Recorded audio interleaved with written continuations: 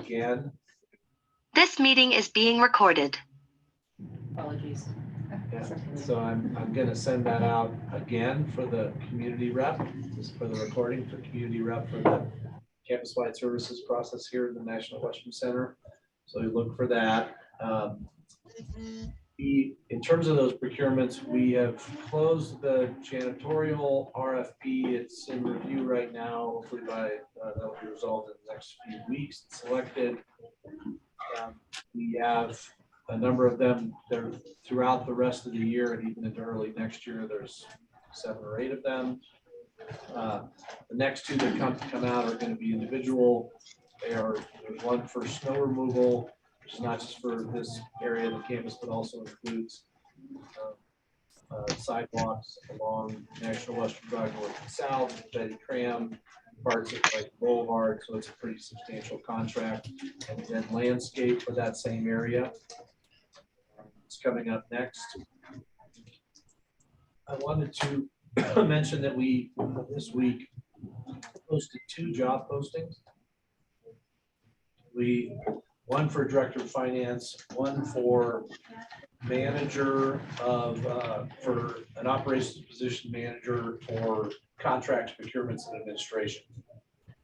The contracts that we're taking on right now are extensive and it's a multi-position, and both of those are on our website. If you go click on the careers tab, we just reformatted the website and went live last night. So you just hit careers and it has those job, as well as the job postings for CSU Spur. CSU Spur has a number of positions as well that it links to. We are working through a whole LA2,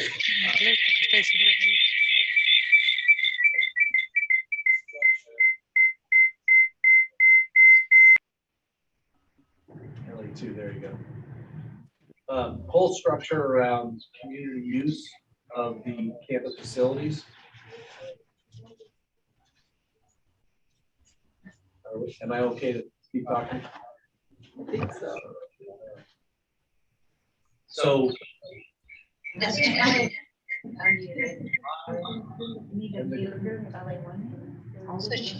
waiting for translation.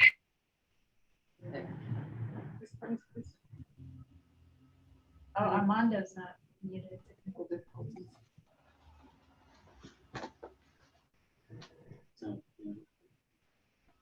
sorry, everybody. We'll have this in just a second.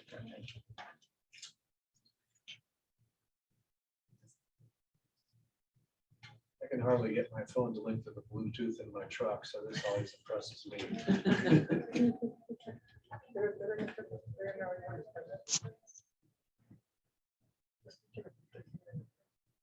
think we're good to try again. Sounds like it. We are working through how we can offer up the use at free and subsidized rates for different groups, nonprofits, community groups, areas that folks that aren't in the community directly for use of our campus facilities. And so we're in that process. I hope maybe by the next meeting, if not by then, the meeting after, we'll have that to present to all of you. And then it's really going to be part of our communication process, because obviously we want to put these assets to use and give folks a place where they can have events here on the campus and get into that process. Sienna, do you have access to that, the district energy video? Oh, I do, but it might take us a moment to get that queued up. Longer than my introduction will take. We can do it later if you'd like. Yeah, let's try to do it later. Okay. If that's okay. All right. We did the district energy system, the sewer heat recovery system that is on the campus that heats and cools all the new facilities with the waste thermal energy from those 272 and sanitary sewer lines. There was a really cool video done. It's about 6 minutes long. I thought the group might enjoy seeing that. So we can do that at any point. Would it be okay if we emailed out the link following the meeting? It might just be really tricky with the translation. That's fine. We can do that. We can email a link and people can watch it at their leisure. Yeah. Let's do And that. they can watch it again and again and again. Exactly. I just wanted to add to that. Brad did that presentation at the park the other day, and we had 2 engineers that were present, and they really thought highly of that technology that's being deployed on campus as well. We got some feedback from some residents that also really enjoyed that presentation, Brad. I just wanted to share that with you. It's really innovative, forward thinking, and some visionary in terms of where the National Western is going. That was really cool. Thank you for sharing that last week at the park. Thank you, Armando.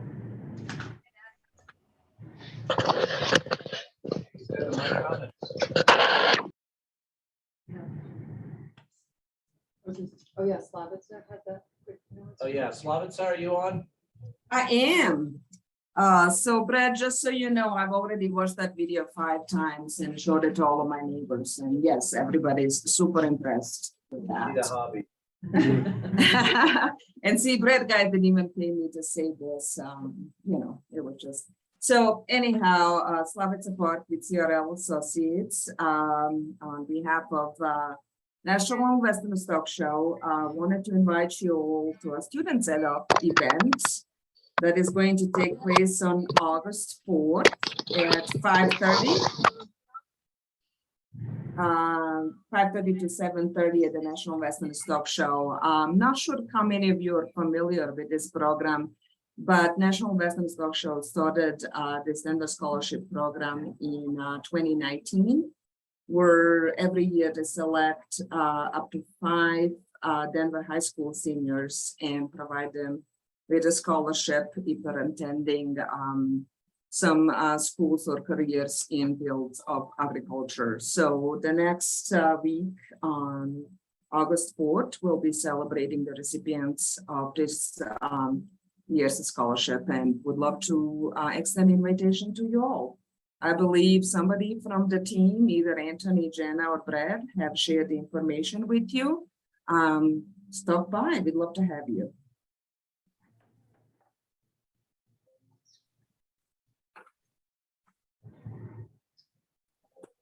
Hey, Jen, you are up next. Okay, great. Welcome, you have the floor.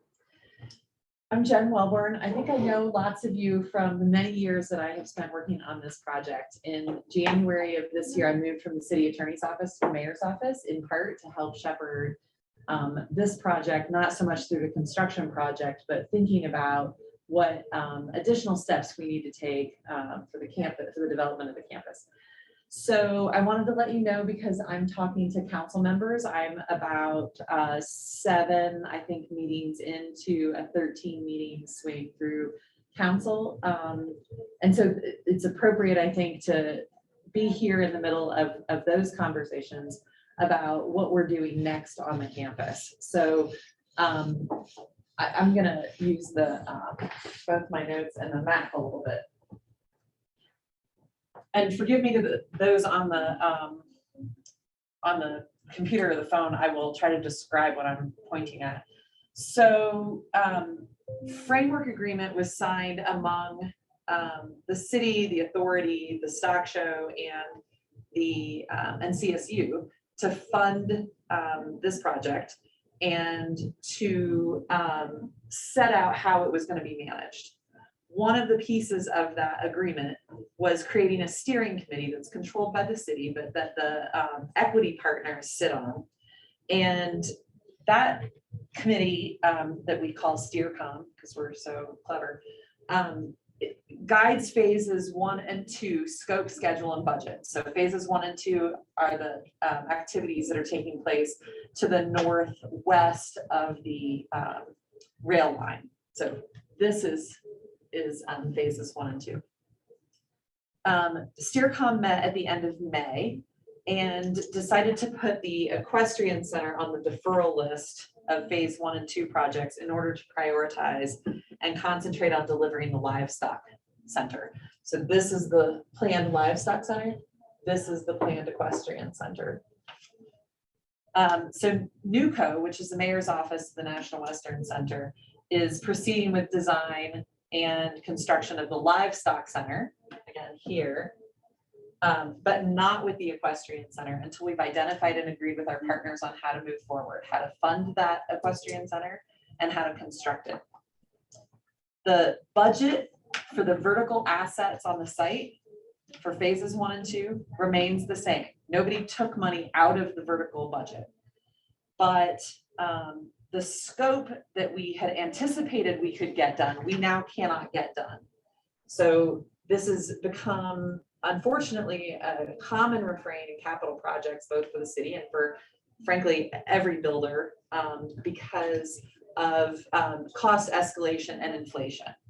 And so the city is doing what it can across its capital program to accommodate that. But the budget here cannot accommodate the scope of both the livestock center and the equestrian center. So I just wanted to let you guys know that that action has been taken and that we're moving forward with the livestock center. In addition to moving forward with the livestock center, we are looking for ways that we can fund the equestrian center. And we're working with our partners at CSU and the stock show to identify ways that we can do that. So that's what we've been talking to city council about. We want everybody to understand sort of where we are in that process. There's sort of some they're not easy, easier options where the city would use what we refer to as 2C revenue. This is tax revenue related to tourism.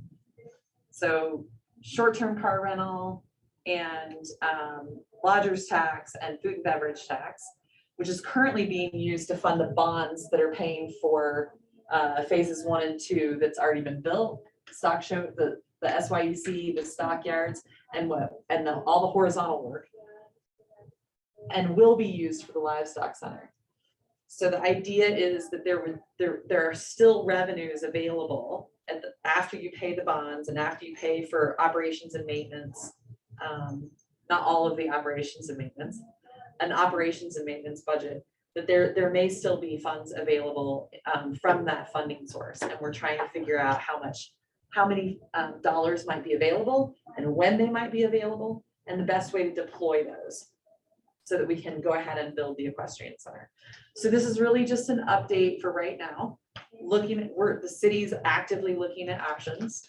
And those options include using 2C revenues to build an equestrian center. We've also been approached by the stock show with some ideas about using so this version of the equestrian center is huge. It's enormous. And so it's unlikely we're going to build something quite this big, or we could sort of reconfigure it a little bit. We think there's a little bit of land up here that may not be necessary for the equestrian center. And so we're considering thinking about evaluating an opportunity that we may have for some development on that end of the campus that would create revenue that would help offset the city's cost on the equestrian center. We are at very, very early stages for understanding that. We're not quite sure how that would work. We're not quite sure whether that creates too much risk for the city. We're not quite sure whether that generates enough revenue for us that we'd be interested in moving forward. So we are just at very early stages. But this is exactly the same information that I'm sharing with council members, and I want to be as transparent as possible. And that's kind of where we are. So if you have questions about that, I don't want to, I know you have a big agenda, so I don't want to stop things here. But if you have questions about that, or you want to discuss that further, I'm happy to. My email's on the, I think, invitation. And if not, you can certainly reach out through Brad or Jenna or Anthony. Question. Sure. Just a real quick question. Yeah. How much more of the cost is associated with completing the project as to what was budgeted originally? That's a really good question. So I don't have, as you might suspect, we don't have good construction numbers. This was intended to be about $150 Jenny, you probably know as well as I do, $120 million project, $140 million project, something like that. And that's in hard costs. But we haven't done a GMP for, for what we expect that to be now. Prices are very different than they were 3 years ago when that work was done. So I don't have a good number for you, but it's upwards of that number. Well, 25%, 40%. Just in a general sense. I mean, if Yes. you're talking to, city council and the people about these figures, I think you should probably have at least a general idea where you're at, right? Well, that's how much I know right now, but that's the work that's being done. And that's why I'm telling you, I am not coming to you with a proposal. I am not coming to you with work that has been done. I'm coming to you with the ideas that we're working with. And I agree with you. One of the next steps that we're going to do is really talk about scope of this building. How big should this building be? What purposes does it need to serve, right? And different equestrian events require different spaces. How much flex space can we build in? This building is very flexible, has a bunch of sort of expo hall-like space. It's going to be very flexible for the authority to use for different purposes for the time that the stock show is not happening. This space is not as flexible. So we're looking at ways that we can use this building. We want to make sure that we're building it so that certainly the stock show, it'll be used during the stock show, but we want to make it as available and as useful as we can. And that's going to take some time to talk about scope with our partners and then to price that. And so I don't have a number for you, but I agree with you. That's one of the next steps that we're working on. Okay, really super happy to have more conversation about that. So reach out if you're specifically interested. I will tell you what I've been telling council also, that I see this as at least 3 rounds of conversation. This is the first. We have a problem, we're working on it, we have some possible solutions. The second meeting, I hope to be, here's some of the choices that we've really done some work on. We've done our homework. Here's some pros and cons. Here's what we're concerned about. This one creates a lot of risk, but we can mitigate it, but it takes a long time, or I'm making things up, but right, develop some criteria. That's sort of the second round conversation. We'll take the feedback from community, we'll take feedback from council, take feedback from our partners, and then we'll come back a third time and say, this is our recommended course of action. We have a plan, we identified a problem, we looked at possible solutions, and now we've done the homework to recommend a specific solution. Does that make sense? So we'll be back before we come back to say, this is what we're taking to council. Okay. Okay, great. Thank you for giving me the time. I am really sorry because I have been attending these pretty regularly, but I'm going to skedaddle. But don't hesitate to let me know if you need anything. Okay. Awesome. Thanks. Thank you for the time.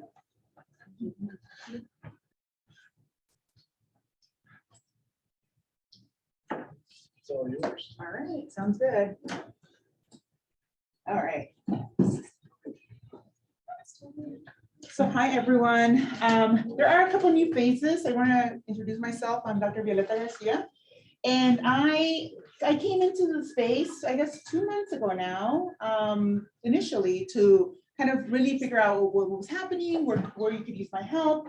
And then a month ago, we started the project, to actually launch on and really figure out what could we do as a group, right? As this group and these particular people that actually sit here. And as I've gotten to know you, obviously I've learned a lot, just from the process that this group was initially founded for perhaps a different purpose, right? And I know that Jules and I connected on that. And now it's kind of growing into its next level, right? And with that comes the potential for this group to do something that none of you could do on your own, right? It's like, what does it look like to actually have this space dedicated for that intersection between the National Western Center Authority, the different partners, and the community, right? So not one particular community organization, but all of the different people that sit in this room, like, what is it that you want to do together? But with that comes a lot of different topics that come to mind, right? So last month, we actually sent out a survey to ask you what would be some of those topics that you would be interested in discussing, right? And the topics that really came to the top were conflict resolution and crucial conversations, right? Because being part of a group requires that the opportunity for us to actually be able to talk to one another. And in meetings past, that trust was broken, right? We were not having conversations, is from what I understand. So part of this is when we co-create this space, right? How is it that you want to show up as a community member into this space to create this new opportunity for this group to do something that is not being done by any individual organization, but lies at that intersection of that potential, right? So part of this is all of you are here, and I think I've connected with many, many of you. And the reason why you're all here is because you care deeply about this community, right? And the interesting thing is that while we can have that passion and drive, if we can't talk to one another, right, then that really kind of takes away the opportunity to co-construct and build something powerful together, right?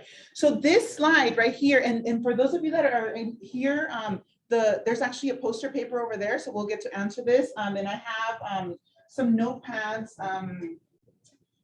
I'll do a little bit. So these are really cool. I don't know if you've ever seen Slickies, but Slickies, I have a love-hate relationship with them. They are one of my science tools. They work by friction. So they technically stick to anything. Do we take one or? You take, go ahead and pass a couple, keep one for your table, and then keep passing them around. Yeah, that way we have one on each table, I believe. And then for markers, I want you to write on the white side. The color side is not so pretty, so it kind of does a little weird thing. But what I want you to do, we have a couple of posters that we'll be working on tonight. And then for those of you online, you'll be working on the whiteboard that Anthony just put up, okay? So the question to begin is, how, and you can just grab a couple too, just grab a little stack, that's fine too. That way you can share the wealth, yeah. And for the young people, feel free to answer these questions. This is your community as well, okay? So I'm gonna make you do some work. You hear that? All right. So part of this is, how do you want to show up to this space? If anything, you're like, I learned about Slickies today, but they do lose their superpower. So sometimes I have to use a little tape here and there, but they're still cool. And you can actually, if you use dry erase marker, you can actually use them. Okay, so we're gonna take a moment to just really think about that, right? If we're gonna build something together, how do we want to show up? Who do we want to bring to this table, right? As we move forward. What are those agreements we want to share with other people that we say, for example, I want to show up as myself, who I am as a person, right? And with that comes, I want to respect other people as well, because I want them to respect who I am as well, right? So an agreement could be that I want to show up as myself. And because of that, I want to make sure that I'm respectful at all times, right? So that could be one as an example. What could be another one? Just to give an example so people know how to do this part. What could be another one? In terms of something that's very important to you, especially in group spaces. What do you think? Leadership in the community. Leadership. We need to develop competent, ongoing leadership in the 3 neighborhoods surrounding the Western Center. All right, so that leadership in community to me means capacity building, right? We need to build our leaders because there are leaders out there. We need to bring them to this table, right?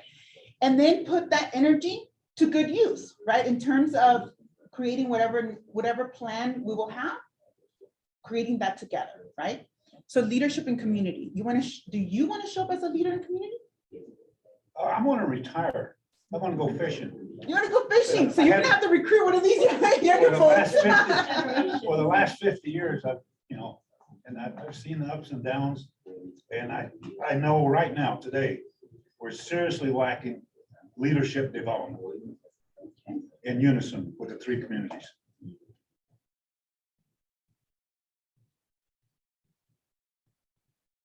Okay, my handwriting got a little ugly there. So I'll put that over there for you. Thank you. Any other clarification for the task at hand? What else? Okay, I'm gonna give you about 5 minutes or so for you to think about whatever, however many you want, right? And we can put them together and talk about them in 5 minutes, okay? So I'm gonna put this up here for you.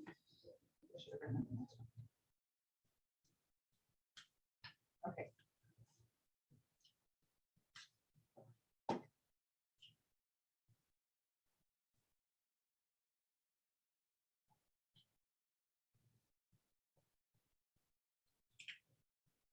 If you use the Sharpies if possible, because I noticed that some of these do.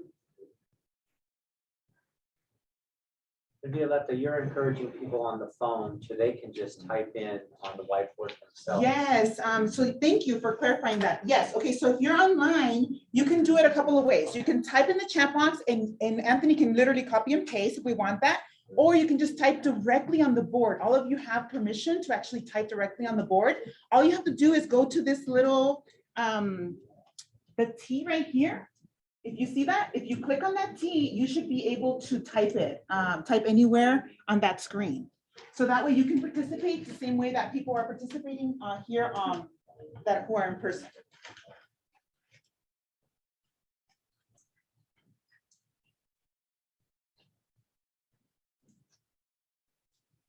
Sharpie instead. Yeah, the Sharpie, I was gonna say, because some of these markers are kind of are a little bit, they stay wet.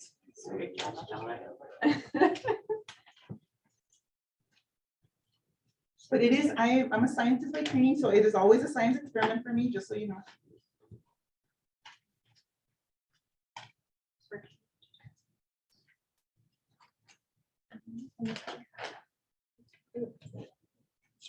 A little bit more.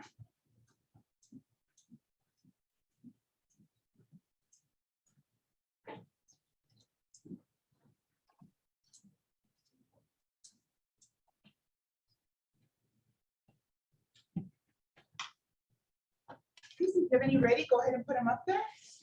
And then we'll start sharing with, I'll read them out loud so people who are on Zoom can hear.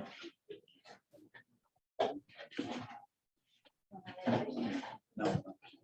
Look here, got it. I like this. I can hear.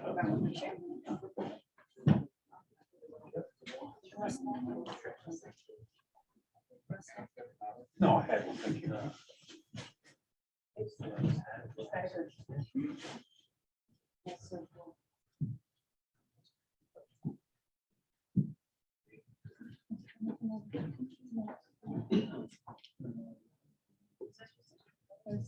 Well, it doesn't matter.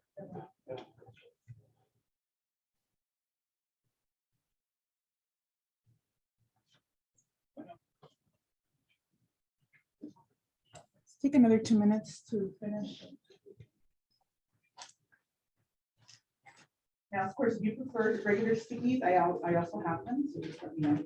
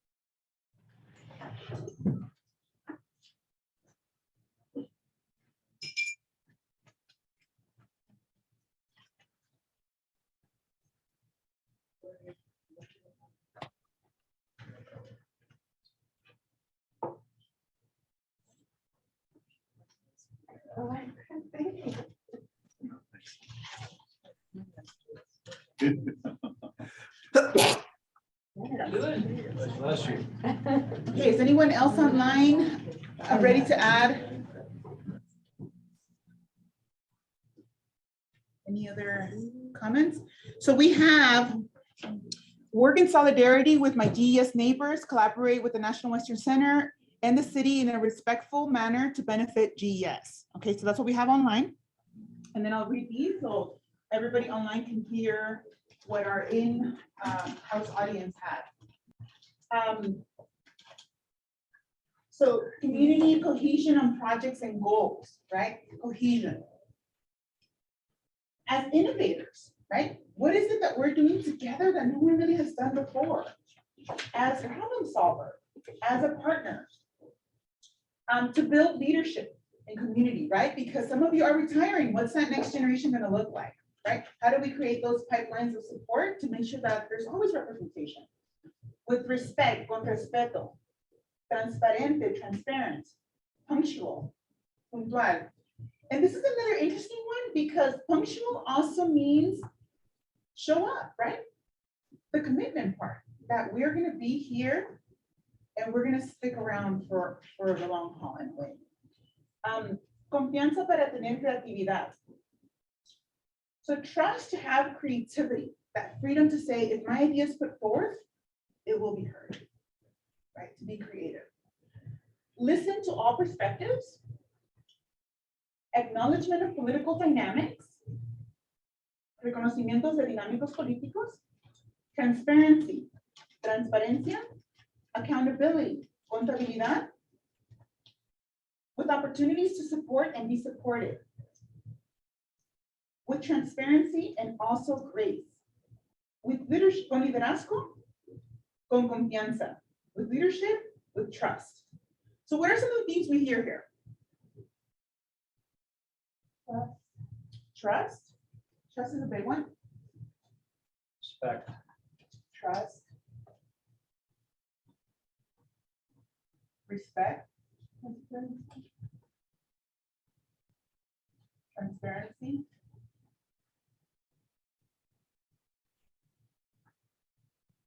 What else? You know, one of the things I think that's lacking is that we need to take a good, long, hard look at the political realities that we deal with or as deal with us. Because that has had so many impacts on this whole part of the city. And we gotta wrestle them out and learn how to address those.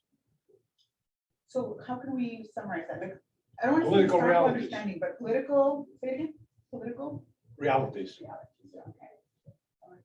This one goes good with this one, political.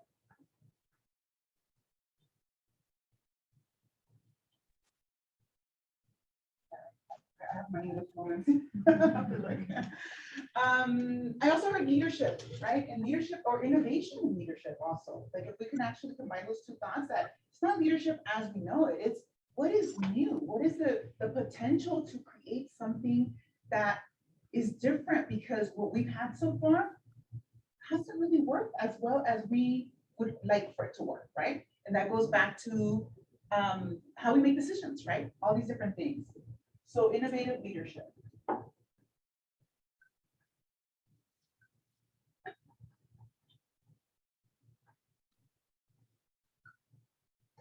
Okay. Anything else that's missing?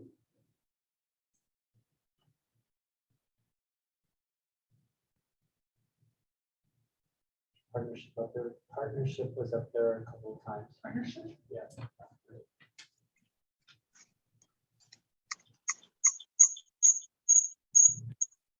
Partnerships. Partnerships is really interesting because oftentimes instead of partnerships, we have competition for the same resources and community. Instead of actually saying, what is it that you're best positioned to do, right? As an organization, that out of all the people in this room, we know you could do it best, right? And what is it that needs to be done in the community? But maybe somebody else can take that, right? And who is that somebody else? And how do we say, you know what? We'll take care of this part, and we need you to take care of this part, because our superpowers are linked to that, and we can get two things done instead of fighting and nothing gets done, right? So that's another way of creating almost like partnership and also alignment. My little either failing me here. Partnership, I would say alignment. Because I think that that's another thing too, and really looking at it as what the benefit is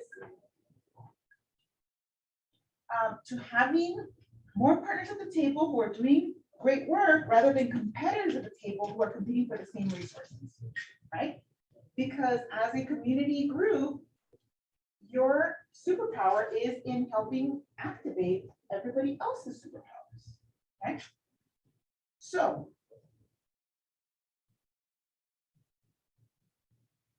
what are any other final thoughts for this part? Oportunidades, opportunities. Tell me more.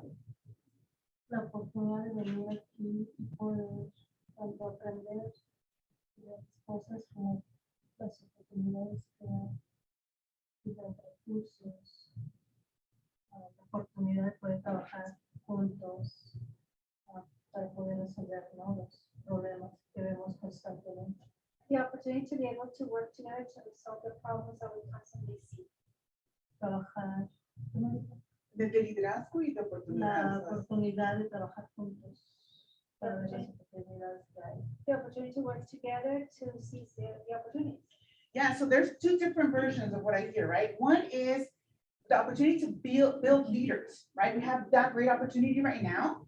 And the opportunity to take advantage of everything that we have. And part of this, and part of strategy, and I know Brad and I have tried to figure out how do we define the word strategy in this context, is actually looking at what does your system and community look like, right? And I don't know if this work has been done, so please ground me if you have, is actually looking at who are all the ecosystem players, right?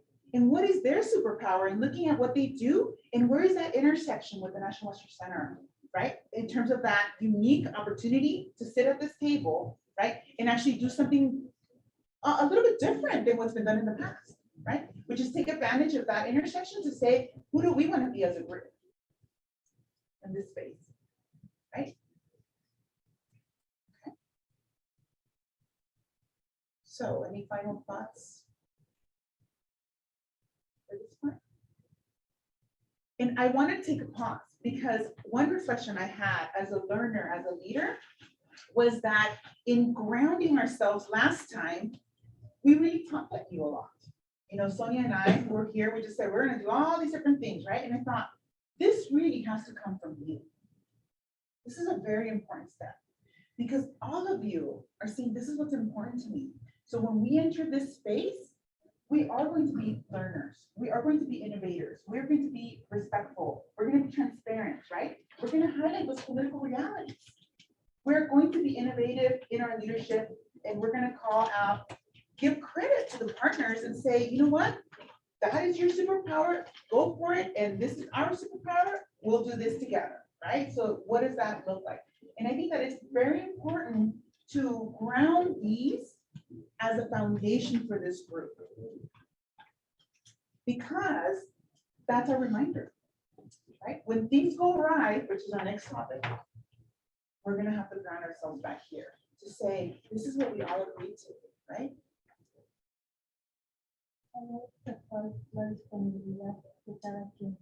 I think that there's something missing, and that's each person's availability. Porque una cosa es venir, pero no está disponible. Willingness is la palabra. That's what we ¿Verdad? Okay, not in terms of availability. It's willingness. Okay, the willingness to be here. Porque una cosa es venir, participar, pero no realmente la disponibilidad de estar abiertos para juntos o para lo que venga, para lo que salga, ¿no? De todo eso.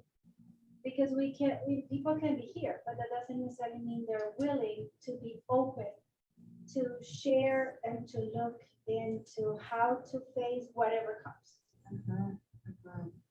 Which, you're right, let's write that down. I'm gonna write it as, I'm gonna put willingness. And I'm also gonna add, and this is not something that I heard, but it comes with this, vulnerability. Because we're gonna have to be vulnerable in this space. And it's okay not to know all the answers, but it's okay for us to share and say, you know what, these are some thoughts. They're not quite fully built out yet, but I'm sharing because I trust this space and you can help me think through this idea or this thought, right? Instead of expecting perfection which doesn't help us because this is part of the human experience, right? So I'm gonna put vulnerability here.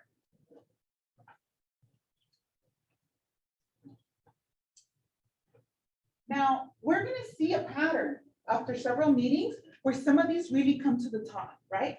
And so by the end, part of strategy will be what are some of our values, which if you see is very much aligned to some of the values, right? Some of these are skills, others are values. And we're gonna have a document that says, you know, this is how we operate as a group.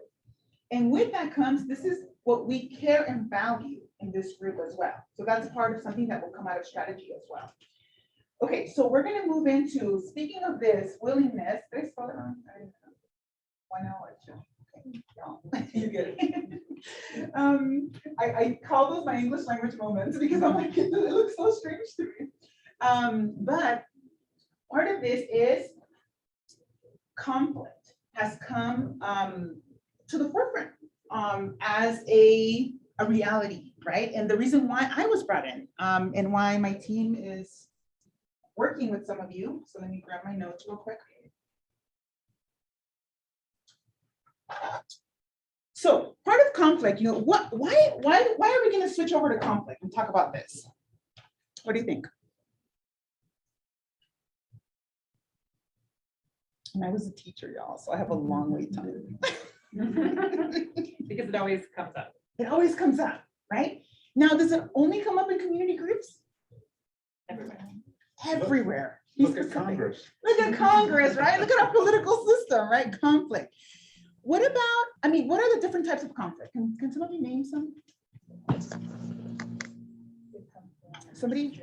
Conflict is inevitable in everything, right? So let's start by grounding our definition. What is conflict? I want every single person to write down their definition of conflict.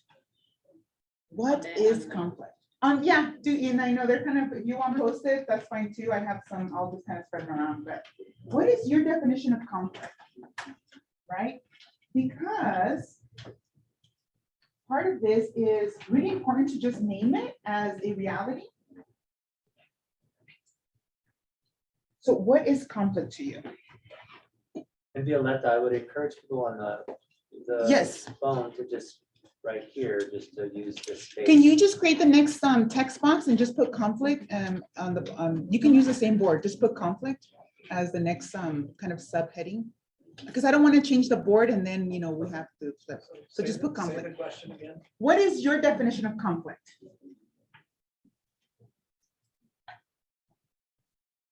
So we'll start with that.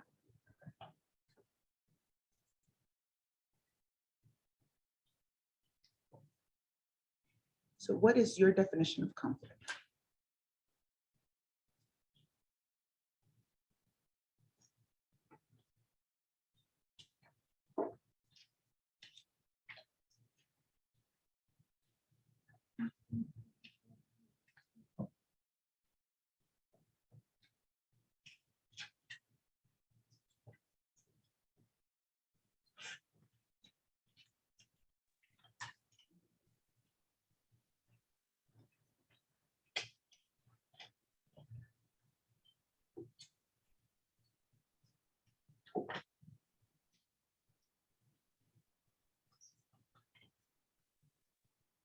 Yeah, you might need a little support, extra support. I know they're acting up already.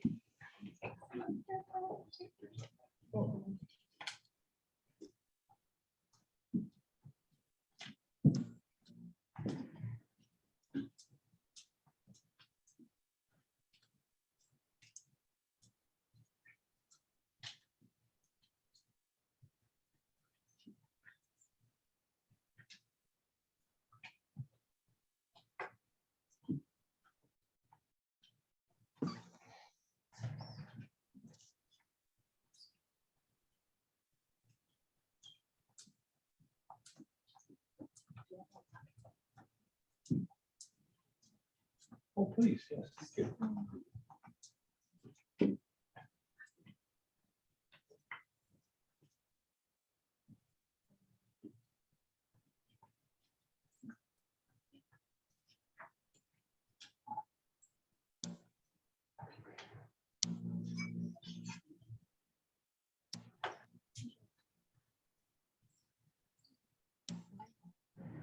So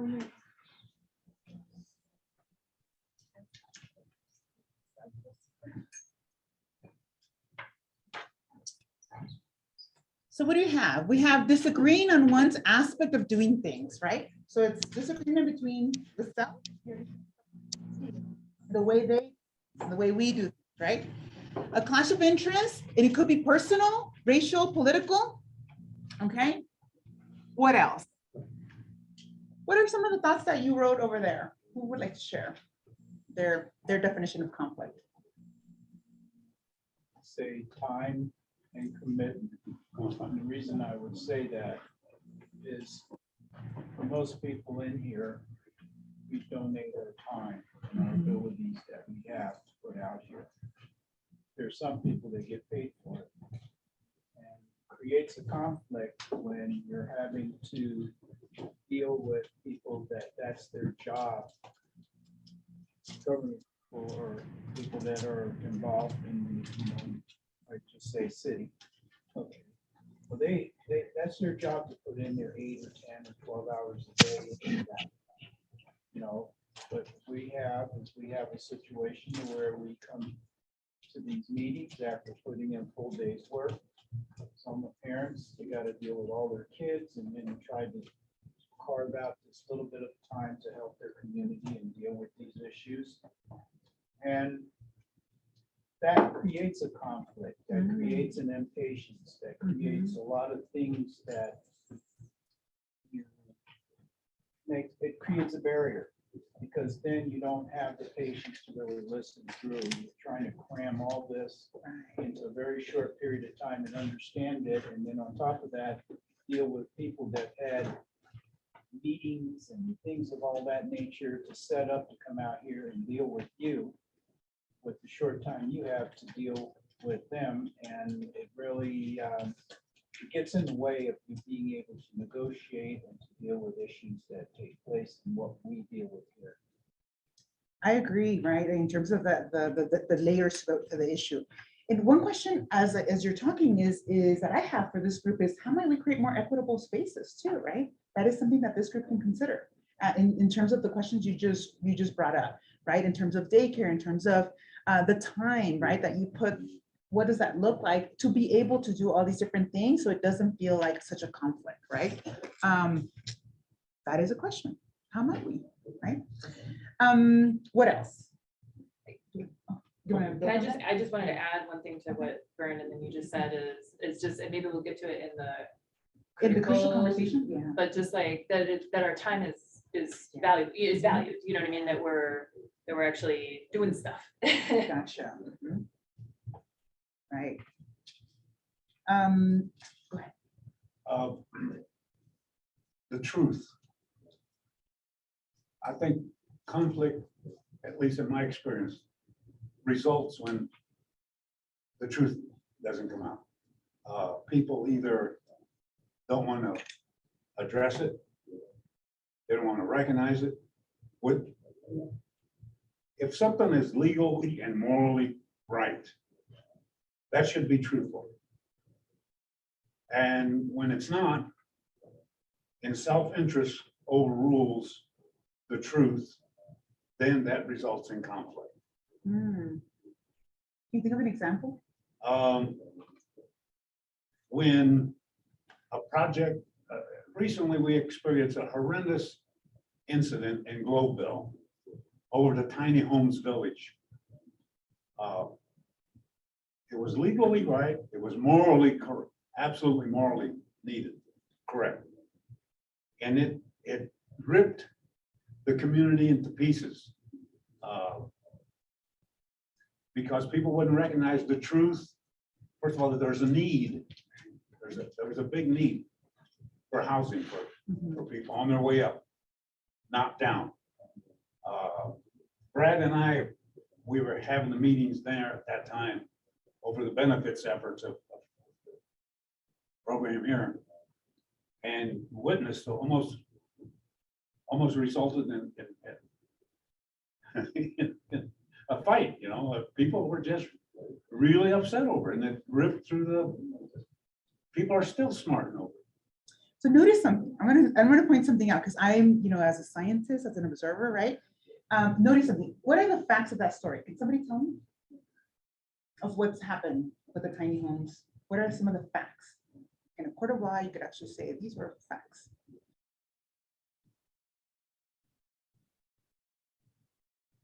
How many homes are going in? No, there was only 10 to begin with, Okay. and I think they increased it some. But the truth was, it's needed. And it was gonna be there for just a certain amount of time, which it's gone now. But people, for whatever reasons, and everybody's entitled to their own reason,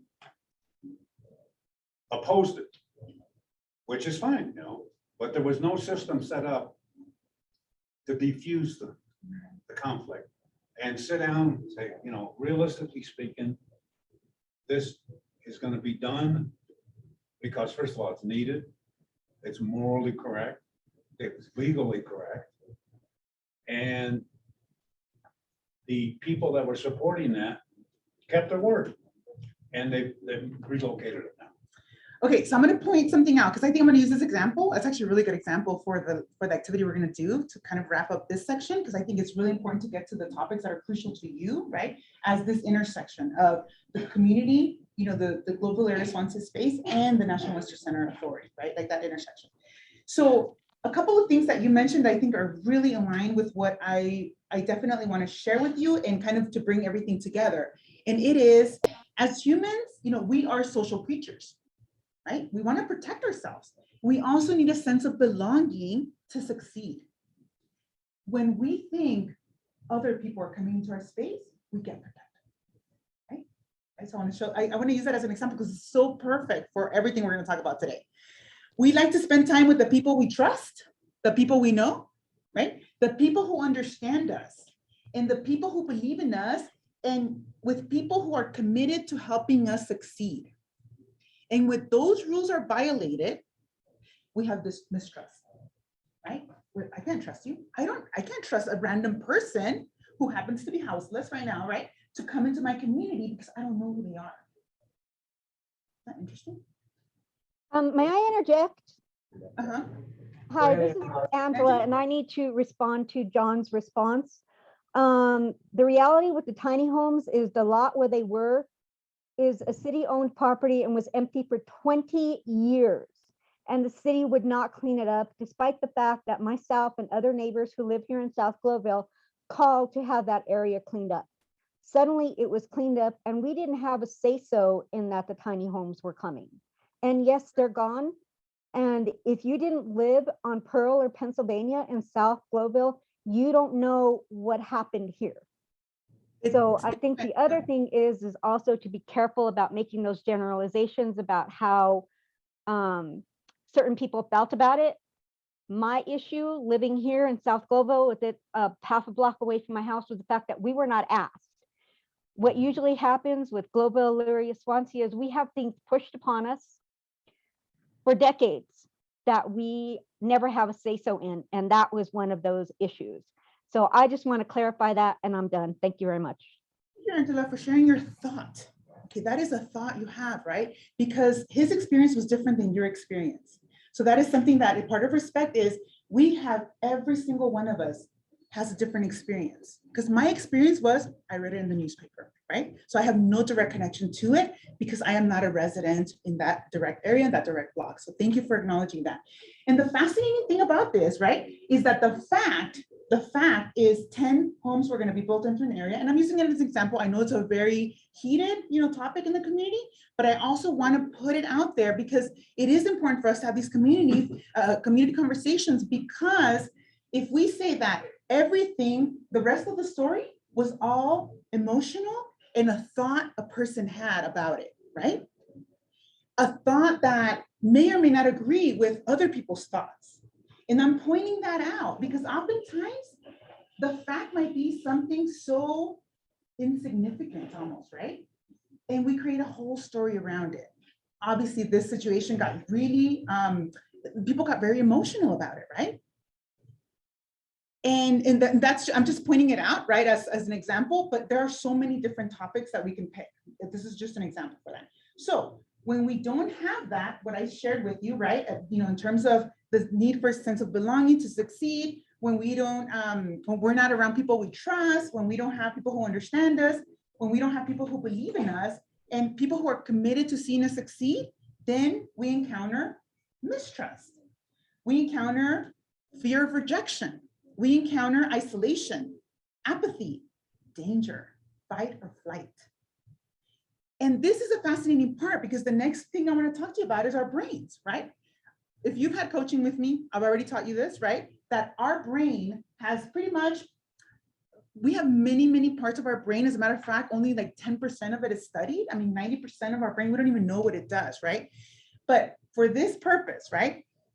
When you look at your frontal lobe, that is your rational decision-making brain, the part of your brain that's rational decision-making. When you look at the part in the back, it's your fight or flight response. It is the need to say something, the need to attack because I don't feel safe, right? Or you disagree with my point, so I have to prove myself. So you're thinking from that back of your brain. Now, is there anything wrong with that?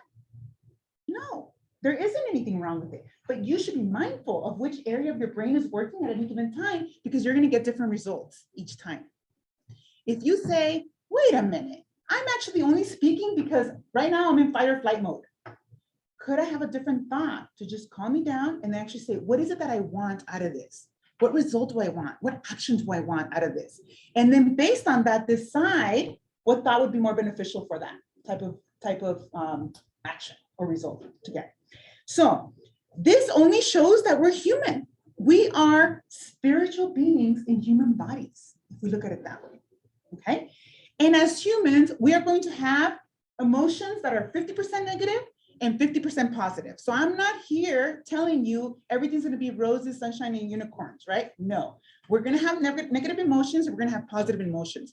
And conflict arises, we don't think of conflict when we have positive emotions. We think of conflict when we have negative emotions, right? So it's just a matter of being more mindful about that part.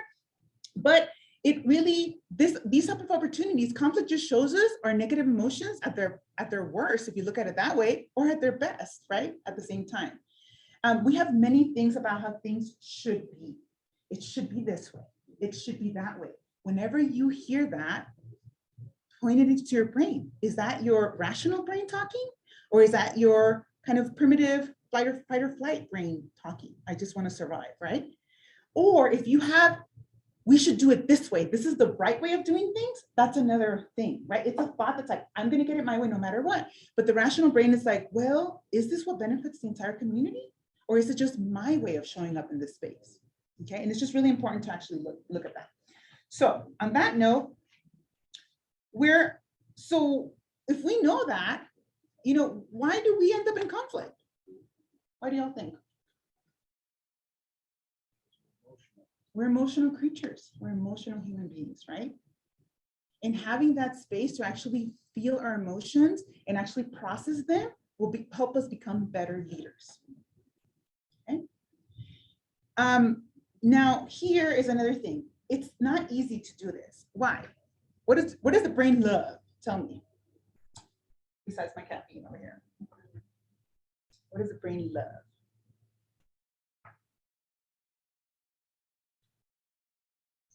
Safety. Okay, so in order for you to feel safe, what's safe? How do we define safety? What do you think? Lack of threat or control. So in order to feel safe, you want to have control? Yeah. Yeah. So when you don't have control, what's your brain going to do? This thing. It's going to attack. Right? It's going to attack. When somebody challenges your perspective, what are you going to do? You're going to attack, right? But you don't have to. You can actually say, you know what? This is a thought I'm having.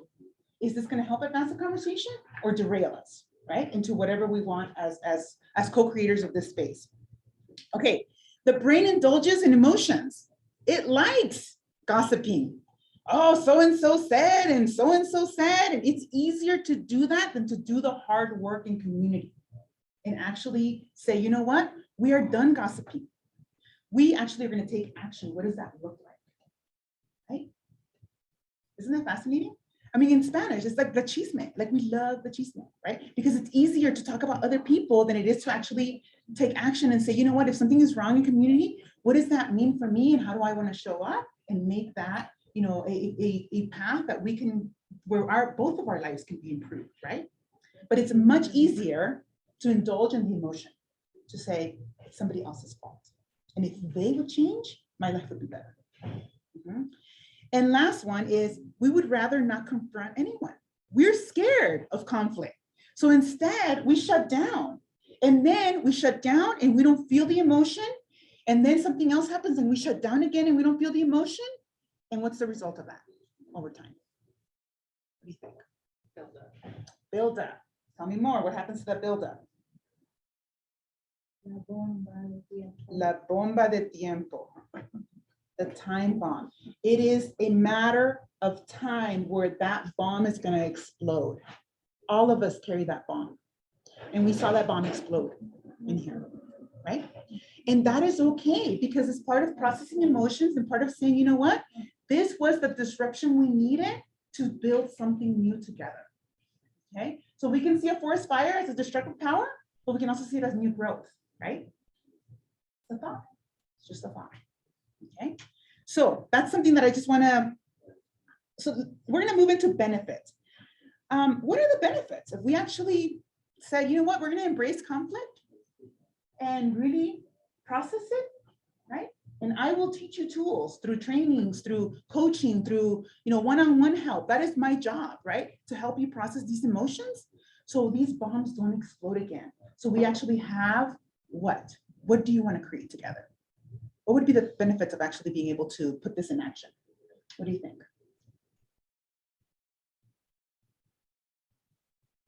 Progress. Progress? Sir? I'm gonna say seeing multiple sides of the issue to make the best decision. Okay.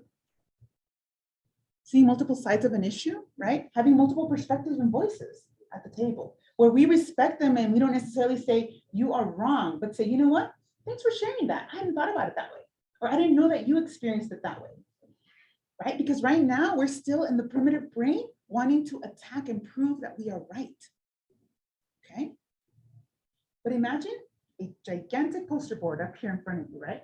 To take on a topic and say, okay, what is that we need? What is that we know? Where are the gaps? And actually constructively create something together. What are some other benefits? Crear armonía entre todos. I can get that one. Create harmony. No, cut her off guard. La estoy haciendo trabajar. But- No vengo floja para el inglés. I'm just, you know, making the interpreter work. I'm just lazy to be for it, you know, trying to speak English. Can you repeat though what she said? Or what you said? Crear armonía, no estar en armonía todos para poder trabajar mejor. Creating harmony, being all on the same page and harmony to be able to work better together.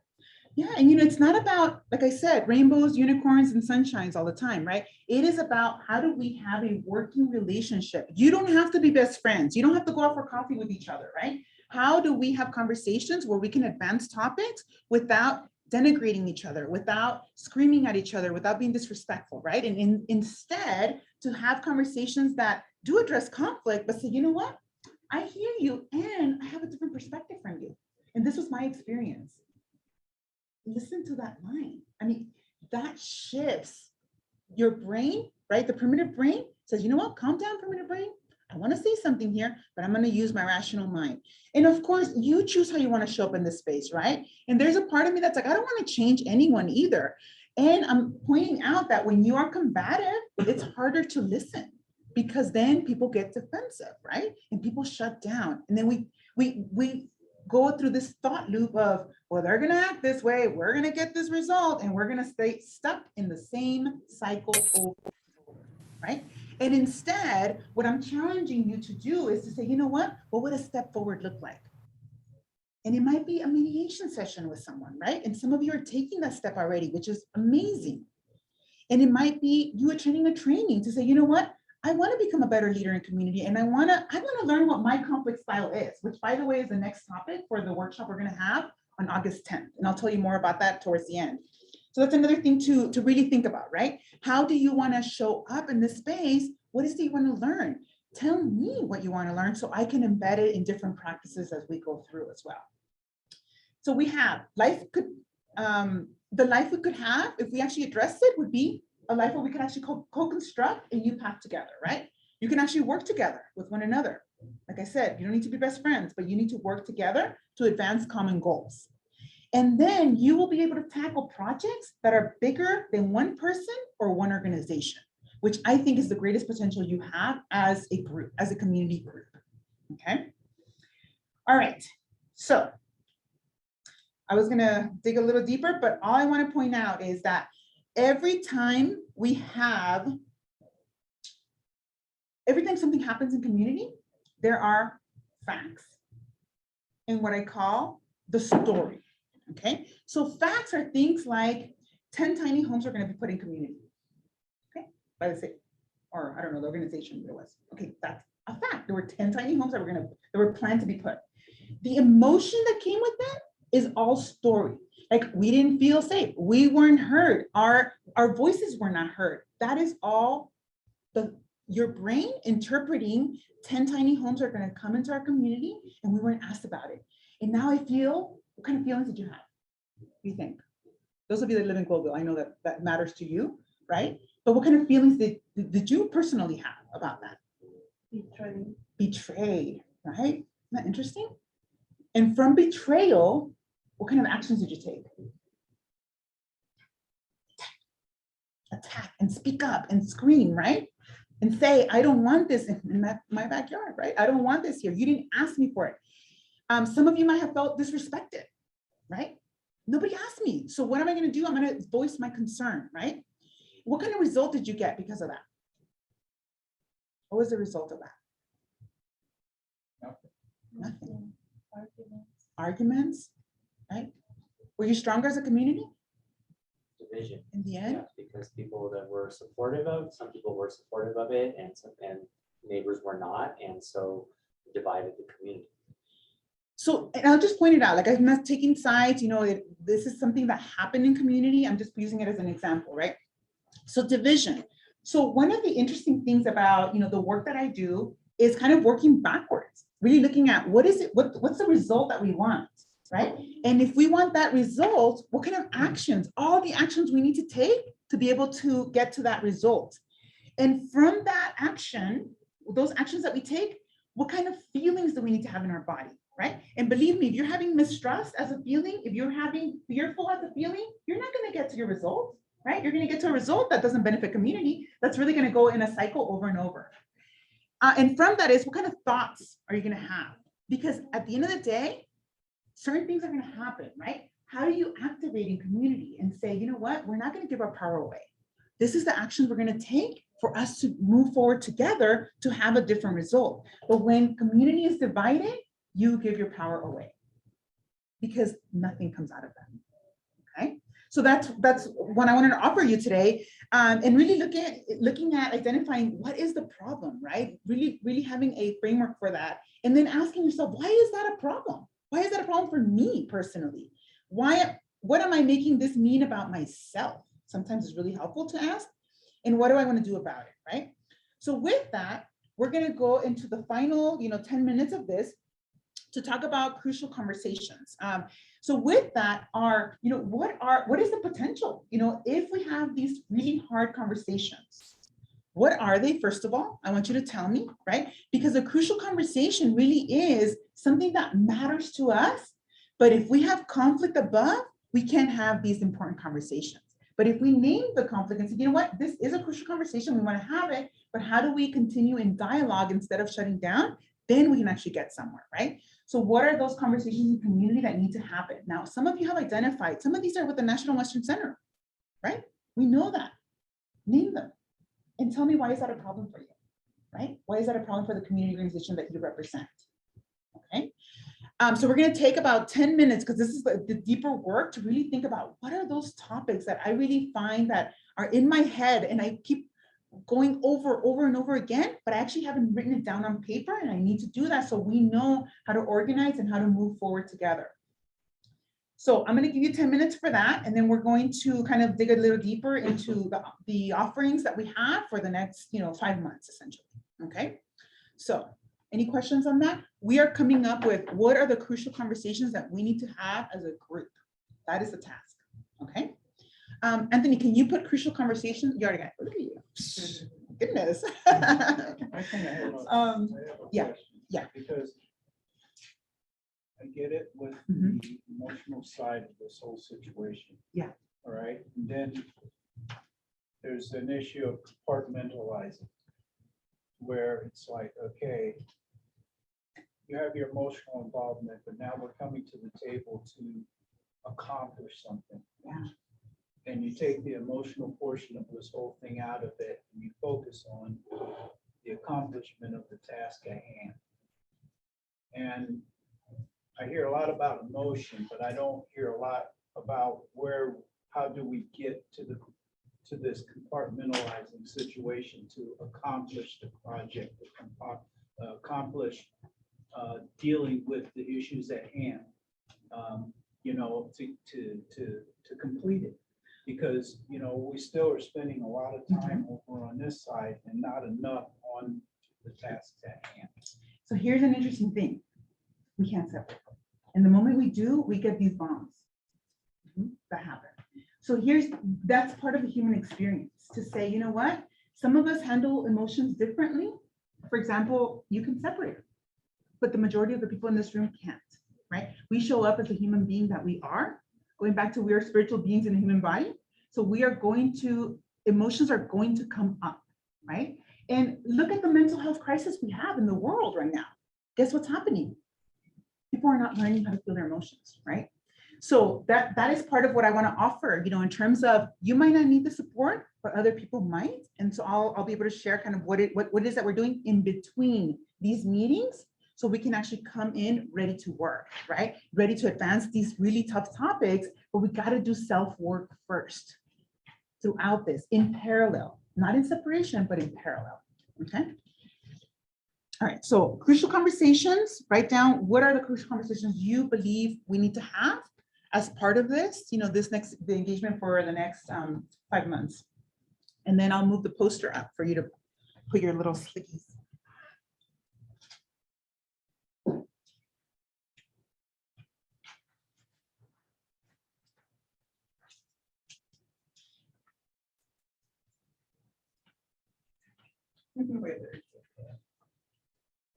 Wait,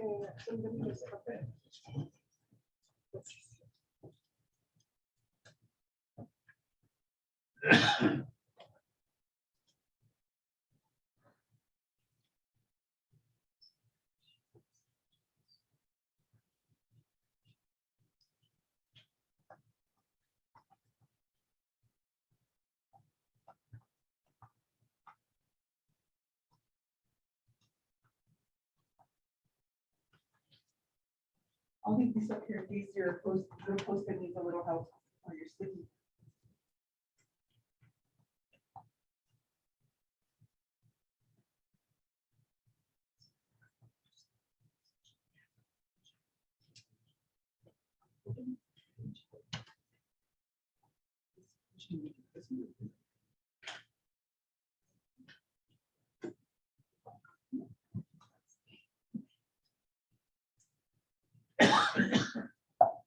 What if you run out of paper? Oh, you need more? Look at you. Oh.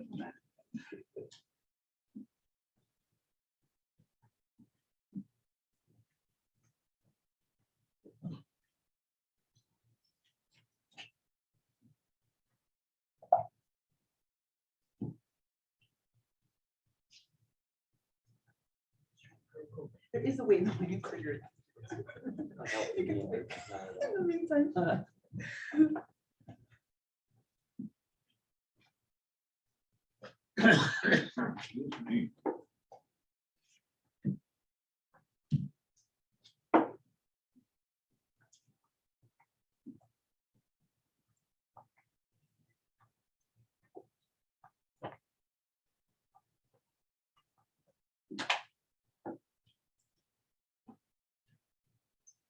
And asking her a question. I'm not making you think. I see if the teacher side of me comes out. I'm like, oh. It does. What grade? I taught third through college. Yeah, so, We share that. yeah. I taught third and fourth. Oh, really? Yeah, and I trained through service teachers, but, you know, it was a whole different. That's fun. I love third grade. Fourth grade. My daughter is in third right now, and it is so magical. That's when I came to this country. No, how old are you kids? Maybe 8 and 14. Oh, yeah, they're very, 5, 8, and 11. Yeah. Going into third grade. Big year. It is a big year. But I skipped most of third grade, so I don't even know. I moved to math third grade. Yeah, me too, from country. Yeah, I skipped most of it because in El Salvador, they have February to October timeline. And then here's, you know, I guess September through June at the time. So I think- Oh, wow. And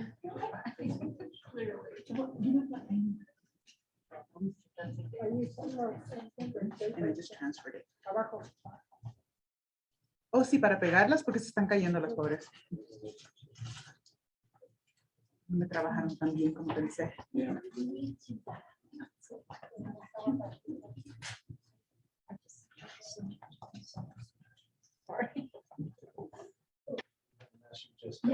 I thought you were about to tell us we weren't checking it out. No. I'm like a little school over there. I'm like, don't say from the back. It's like when you go to the restaurant, you can tell where it's. I was just needing it back. It's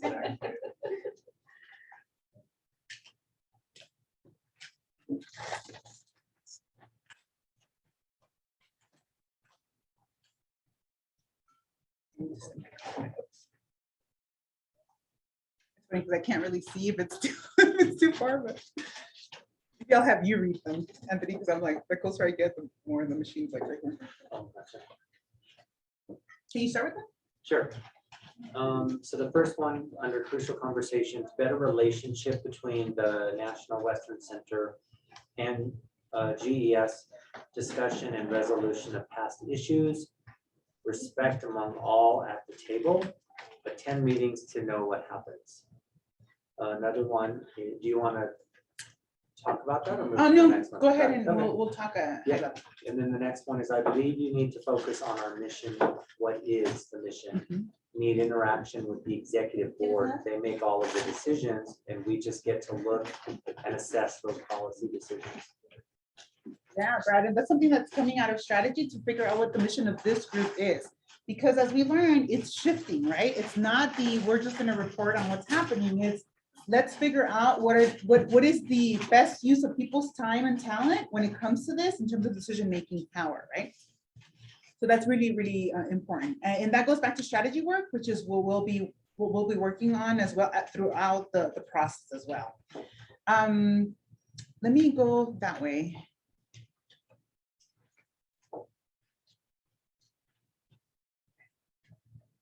We have. Let me use my worksheet. All right. Community endorsed group to negotiate and represent the community, community ownership, community benefits agreement, design of future National Western Center phases, how to harness this moment of change to best honor and serve these communities. What does a sustainable and achievable version of success look like to us, right, to this group? Commitments being made to the GES community. The neighbors are being displaced. We need to address that. The triangle, restoration of land, homes, and businesses taken from the community. No estar de acuerdo en algunas opiniones, no saber escuchar a otras opiniones. Being in agreement with other opinions, not being willing to listen to other opinions. ¿Cómo identificar líderes en la comunidad y entrenarlos y darles la oportunidad? How to identify leaders in the community and how to train them and really identify the community and give it the opportunity. seguir adelante con los proyectos de National Western, Go forward with the project of National Western. los beneficios que hay con la comunidad y no las vemos por los conflictos. The benefits that can be achieved for the community and that we don't see because of the conflict. All right. So we're gonna vote. Okay, I'm gonna give you 3 little stickies. You're gonna get, I actually have my kids stickers. How about that? So you're gonna tell me, I'll give you 3 stickers, or you can do post-it, the little stickies over there too. You can use them as post. Okay, I'm gonna ask you to vote for the top 3 that you think are very important. And if you want to vote on the ones online, just let Anthony know and he can put a little tally there so we can keep track of how many people voted for that, okay? So I'm gonna stand over there and you can just, or here, I might make it easier. Here's my teacher salt in here. You get 4 for now, you have to share one department. And then I'll give the rest. And I want you to vote. What is the most important thing to you? Because obviously we are, bound by time, bound by many things. I'm gonna wait. Get a vote out here. Do we want to clump them? Yes, so let me. ¿Ustedes quieren votar también? You have a vote for Armando's, which is to the right. Okay, yeah, so if you want to put a vote, you can just put another text box underneath and then just tally them as we go. Uno, dos, y tres. Toma 3 votos, acá es lo que vamos a hacer, para que votes. Do we need to write all of them up there so that people online can? There's Angela, who else would like to see them? We can, I was gonna say, it's gonna take a minute to type them up. But we can also just get them verbally as well. Like, what are your top 3, from what I've read, what are your top 3 areas? Okay, we'll figure this out. It's a little hard. Can we? 3, sorry, yeah, I cut it because it was hard to cut 3. You get 3 votes each, and you can share with Brad. Brad gets 1, you have to give him 1. I don't have a. Oh, you don't? I'm sorry. I'll just give you 3. Yeah, this works too. Yeah, you get 3. So get your little froggy stickers. You get 3 because, here, you can give me 1 of yours. All right, who else didn't get votes? Okay, okay, so go up there and vote on what is the most important topics for you.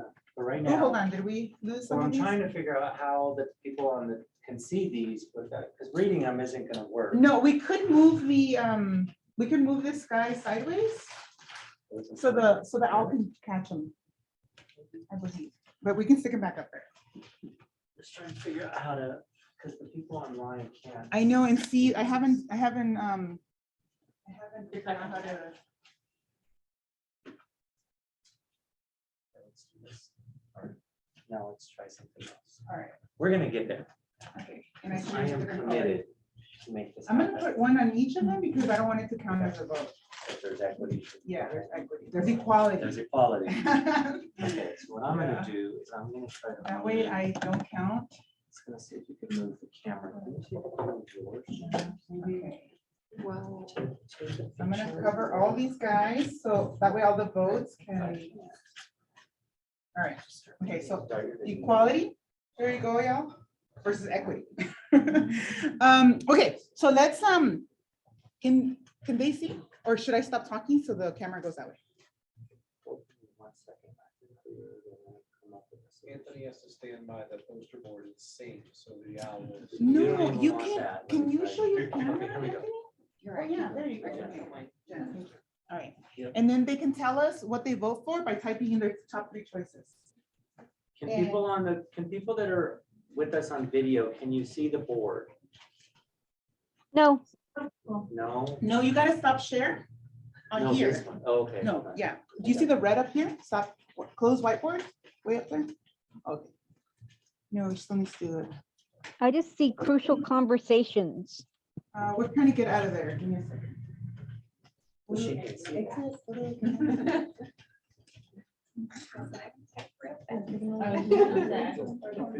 And what I want you to do is, yes, okay. So right? Yeah. So Angela, Yeah. we have, do you see, but it's hard to read the pink ones. And then we can't see that. Yeah. Should we just type them? I can also just type them and you can send me an email back to vote, just like we did, last time. You know what? I will go with whatever gets the most votes at this point. Thanks, Angela. I don't care. If I clone myself, I'll definitely make sure I put everything online.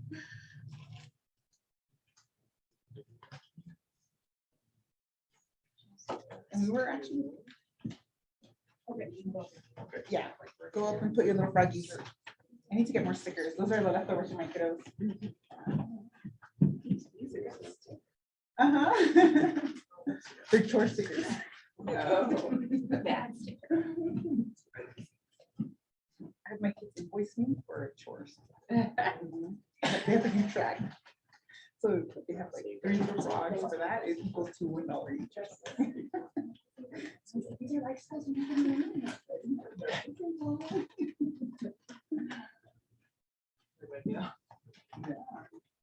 Imagine how useful it is. Right.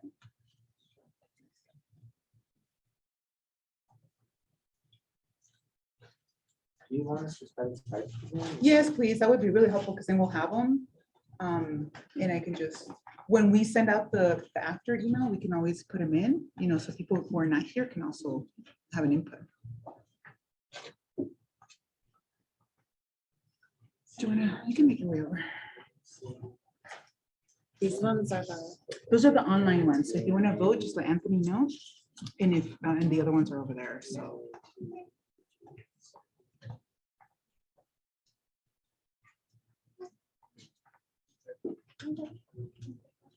Jenna, I think you can type too. I'm trying it. For You won't? whatever reason, it's not. Oh, I wonder if we need to, next time we share, to allow everyone to.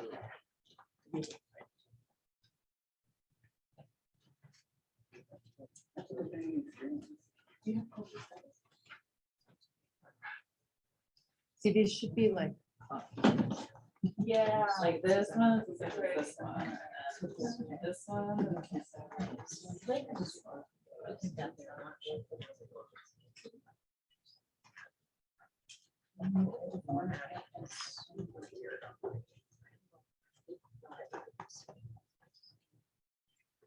Okay, I like my other version better. So maybe make it better.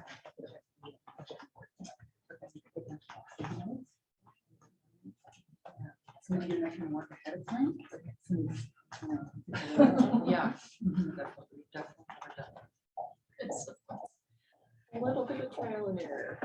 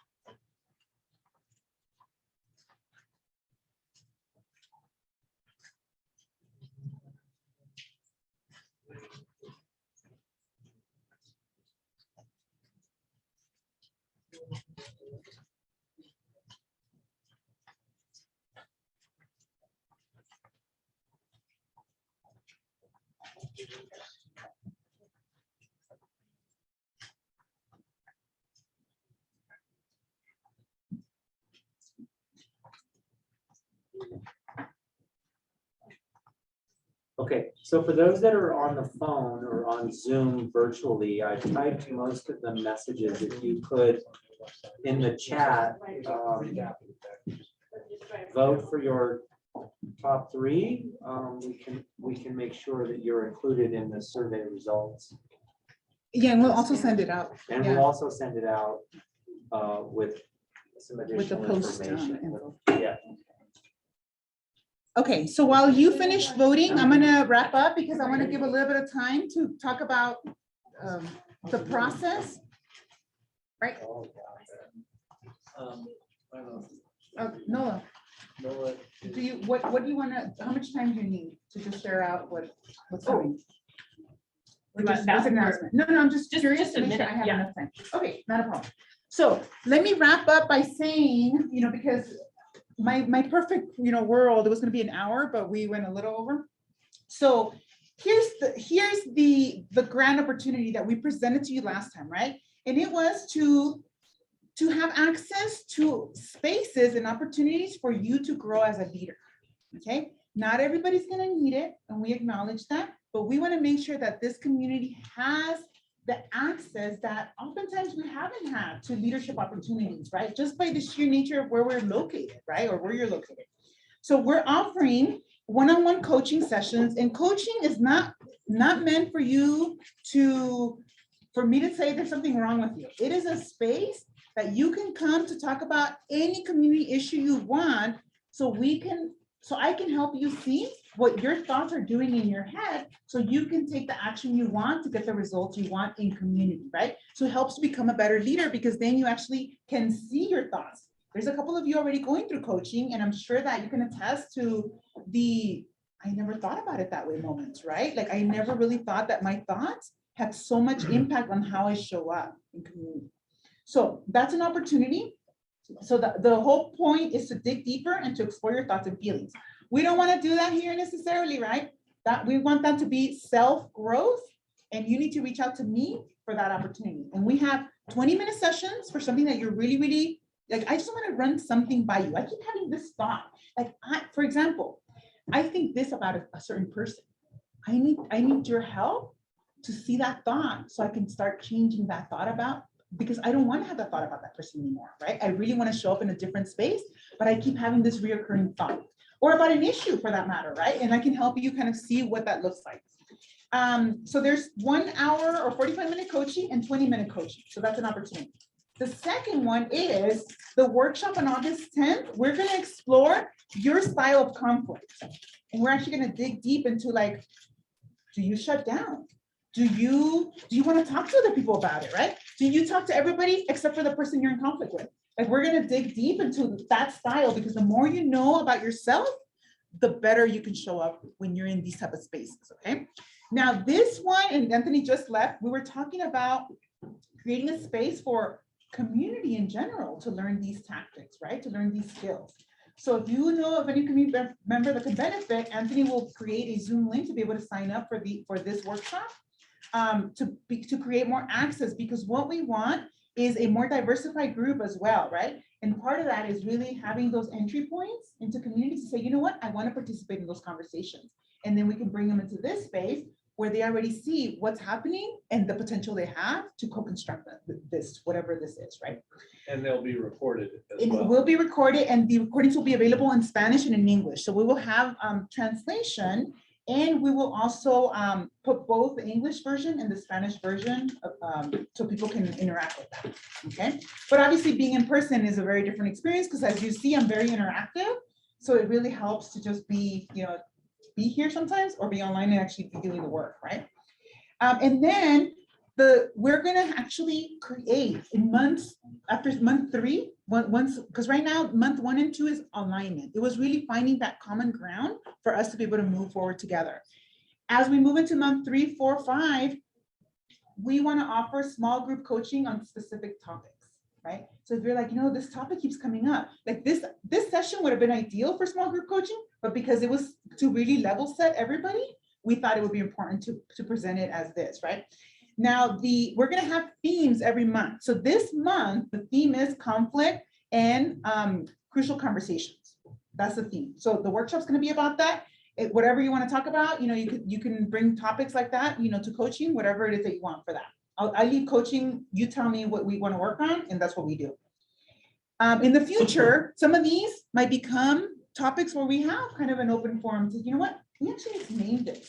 What is that relationship? Can you name it? Right? Because it goes back to, it's emotional. This relationship is emotional, right? And sometimes that emotion has led to other different actions that may or may not be beneficial to community, right? So that's an interesting way to look at it as well. So some of these topics may become town halls. We don't know. Like, that's part of the co-construction of things that will come down the road. We don't know what that looks like yet, which is the beauty of you being here today and you being engaged in the future, is that you get to design this for your community, and I'm here to facilitate that experience, okay? I'm not here to tell you, you know, like, this is right, this is wrong. It's what is it that you want, right? Okay, on that note, any questions? That was a lot. It's like, That's all gonna be written up and sent, right? right, well, we have a recording. Okay. Yeah. No, but the list Oh, of yeah, yeah, the- opportunities for training. so we can Yes, see the it. list of opportunities and trainings, I'll work with Anthony, because we have August 10th. And ideally, we want to have the same time. So 2 weeks after the meeting, I'm thinking would be ideal Yeah. at this same time. Okay, so that way it's consistent and people know what to expect, right? To have the workshop. Now, does everybody need to participate? No, it's up to you, right? If you want to build, if you actually want to know your conflict style, show up next time, right? And then you'll have a little kind of a inventory of how you interact and how you respond, so you can be more aware, right? Of how you show up as a leader, how you show up as a community member, right, in this space, okay? Well, How do you differentiate between what might be like frustration over time, which from what I would call like community trauma over lots of exploitation, you know, ongoing broken promises, you know, a lot of those types of things having happened for a long time, like repeated patterns. How do you distinguish that from emotion? So it's interesting because it goes back to a fact, right? So for example, we have to name the broken promise. You have to name the different things so we can decide, is that something we're going to hold on to, or something that we say, you know what, moving forward, this is how we want to be in relation, right? So there's an interesting dynamic because it's historical trauma. So the interesting thing about that is if we hang on, like if we don't actually process that historical trauma, we hold on to it. And then which side of the brain works? This side, the defensive side, I don't want them to do that to me again, but then we actually don't work with this side that says, well, what could it look like moving forward? What could it look like to not have this historical trauma be on repeat? Because right now it's on repeat, right?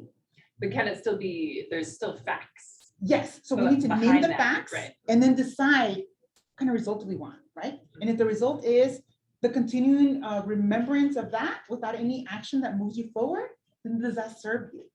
Or to say, you know what, actually, we want to move forward. And in order for us to create this trust, the actions have to be different, both from the National Western Center Authority and the community, right?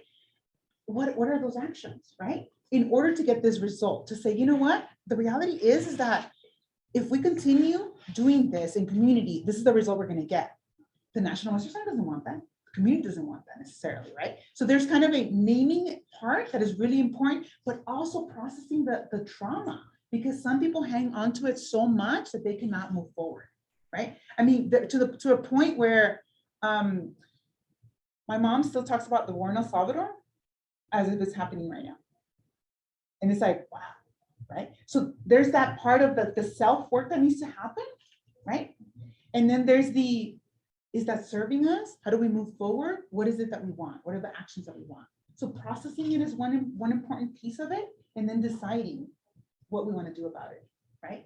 And what does that look like in partnership, right? To say, you know what, we're here today. We have the opportunity to write the story moving from here forward. If we stay stuck in the past of things that have not been done, there's a laundry list so long, gosh, guess what? Y'all, I'm sorry, but colonization is how far we can go, right? Most of you are on this land because you were brought from somewhere else, right? Now, whether that was by force or by choice, whole another story, right? So we can go back all the way, or we can say, you know what? This is where we are today. Let's process that and then say, what is it that we want moving forward? Because that's the power you have to build this moving forward, right? And what does it look like, right? What kind of agreements do you need? All these different things is what we're going to work on together, because I feel like dwelling so much on the past, it goes back to therapy is processing all those past things. Coaching is creating your new future, designing the community you want, the relationship you want in partnership with one another, right? So that's kind of the biggest difference, if that makes sense. So it is part of like processing that and saying, you know what, this is how we used to interact, and we don't want that anymore. moving forward, we're gonna do this. This is how we're gonna show up, right? And maybe some tactics need to change a little bit, right? To be able to have those conversations. And those crucial conversations have to happen, right? Like we can't just ignore them, that kind of thing. So that's what I offer you. Mhm. A thought, if I could. I think that there needs to be a mechanism in place to allow for the entities to be aware that, you know, you said you were gonna do this and you didn't. So that it gets addressed at that moment, so that it doesn't become another historical Yeah.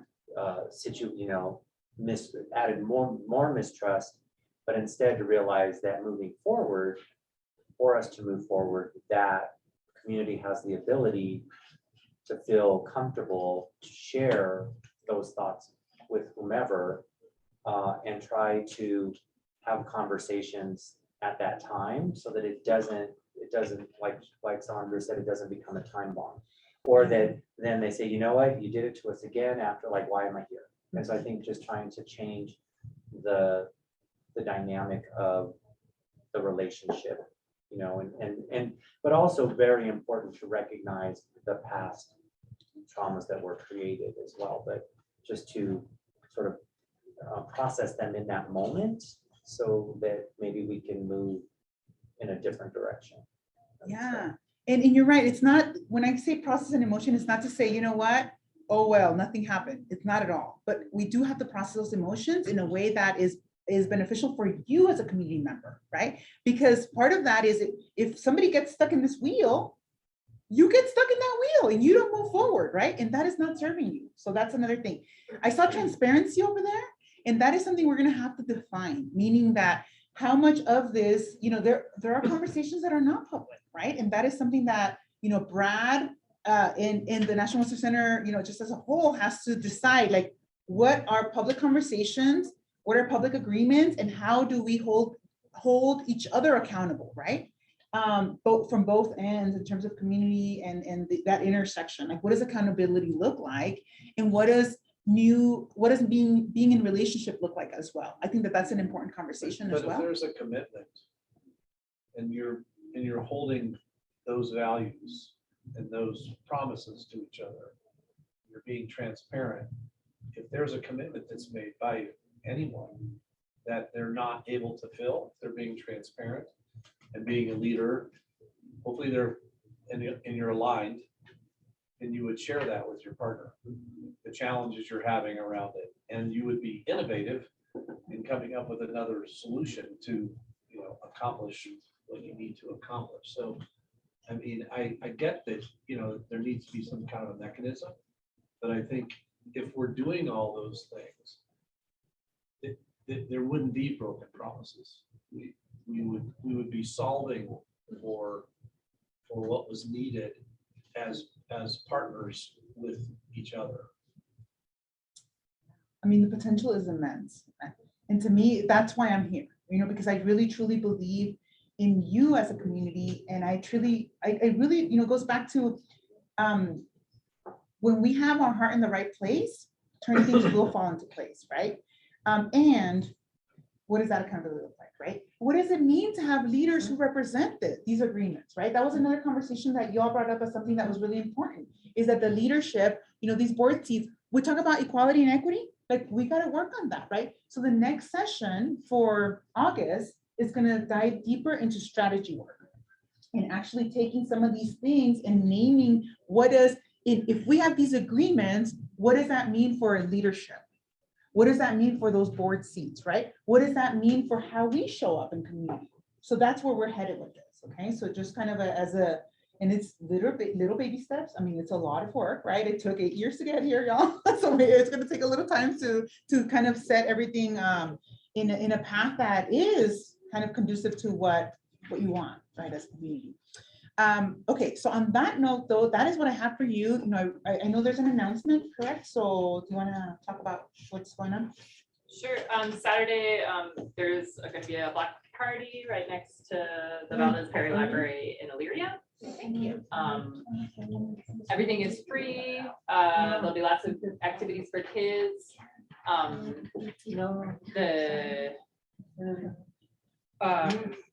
The coalition did a call for artists, and we received over 30 different art examples from starting from age 8 all the way up to 80 some, I believe. And they're beautiful. I got a chance to look at them yesterday, and they're really beautiful. And we're making these like boards to put all the art on, so they'll be displayed at the block party. And the theme was kind of like, how do you feel about your community? What's your vision or feelings about the community? And some of the art like made me cry. It's very beautiful. So please come and check that out. The group of Tlaloc is performing as well, the Aztec dance. Tupo's gonna sing some songs. I didn't know. Yes, with the guitar, yeah. Any other announcements or anything else happening that people want to share?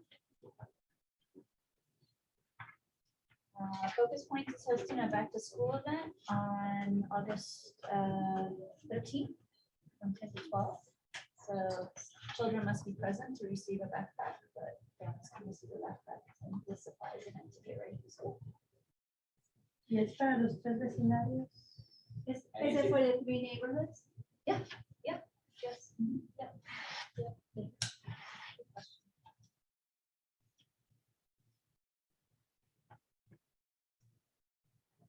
Should we talk about backpacks? I know we're working with, Angela's on the phone. Angela may not know.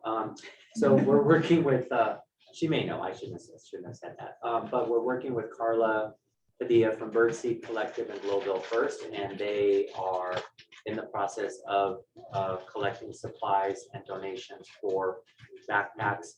We're hopeful that they are going to be able to provide backpacks to the entire Garden Place Elementary School students, and then add some middle school and high school students as well. We're in the process of finalizing the list and then seeing if they can fulfill, I think upwards of 400 to 500 backpacks for community members in Global. And that'll be the giveaway will be on Monday, August the 15th. Yeah, Monday night, August the 15th. And I think that will be, the kids will have been identified to receive those backpacks. Yes, so it'll look a little different than maybe what Focus Points is doing. Yes, we have 3 different backpacks. But we don't have lists, so come early. Yeah. Our next meeting is August 24th, correct? So if any events happen within the next month, feel free to share them, because we actually won't see each other until, well, August 10th, but you know, not everybody's gonna be there. So, and we can also add them to the email that we send out post meeting to make sure that those events are shared with people who are not here today, who are on the list. There is one more. The Johnson Rec Center is doing a summer celebration next Tuesday night from 5:30 to 7:30. Food and drink will be available for that, and I believe it's more resource oriented with information, but that's happening. I will send that to all of you. I'll include the stock show invite that Slavica mentioned for the students scholarships. I believe the reception next Thursday night will include the district energy video. So as you see, there's a lot of The information. sheet on the community rep for the procurement process too. So I want to send that out. Anthony, speaking of that, I know Slavica talked about it, but there are some organizations, I just want to share, talk about cross-pollinating, that part of the send-off, they actually give gifts to the students to help them settle in their college dorms. So that's kind of a cool way to do the send-off for students. Lastly, just so, when I was with the city and I would, some of you were a part of the Washington Area Community Advisory Group. When I sent the email, I blind copied everyone's email. And I just want to know if the group prefers to see everyone's emails. I just started, I've seen it both ways, but since I'm the one sending them now, it's my preference just to blind copy everyone. But if you feel the need to get in touch with someone from the group, maybe send them a message, or you can email me. But the reason why is because if someone replies to all, then it becomes this massive email, and then people get frustrated and annoyed at the sender, which would be me, and I'm not the one who's responding to the emails. So I'm just gonna blind copy everyone on the emails and the information that I send. It'll just come from me, but no one else will see your email. If anyone has concerns, let me know, but otherwise, that's the process. I think, I don't know how important it is for other people to know who is a current member, per se, just by default. That would be helpful, and I don't know if it could live, we were talking about probably having a password protected space where we can put all the videos and maybe there could be a members list, just so we know who the members are and who hasn't engaged, who we would want to invite, right, as a member. That's technology. I Yeah. don't do technology. I Oh, will you learn. don't? But I'm technologically challenged, and it sounds like technology to me. But not to say I'm not willing to learn. How about that? It's for the benefit of the community, absolutely. Good, okay. Does anybody else have anything to share before we close? We are doing we're moving to a second Saturdays model at CSU Spur. So we'll stay open Monday through Friday, 9 to 5 for free. You can come visit anytime. But then that we're shifting our Saturday hours just to the second Saturday of the month. And we're hoping to have community food trucks, local partners, more programs happening on those days. So 10 a.m. to 3 p.m. and I will send out more information as we finalize. The next one is in August, second Saturday. I think it's the 13th. Well, thank you all so much for being here tonight. And look, we're finished 1 minute over. I was gonna say on time, darn it. But thank you all so much for coming. I'll stick around for a couple minutes just to clean up, and if you have any questions, please let me know. Or you can also reach me by email and find me through Anthony or Brad. I'm easy to find. Thank you all. You have letters in the lobby.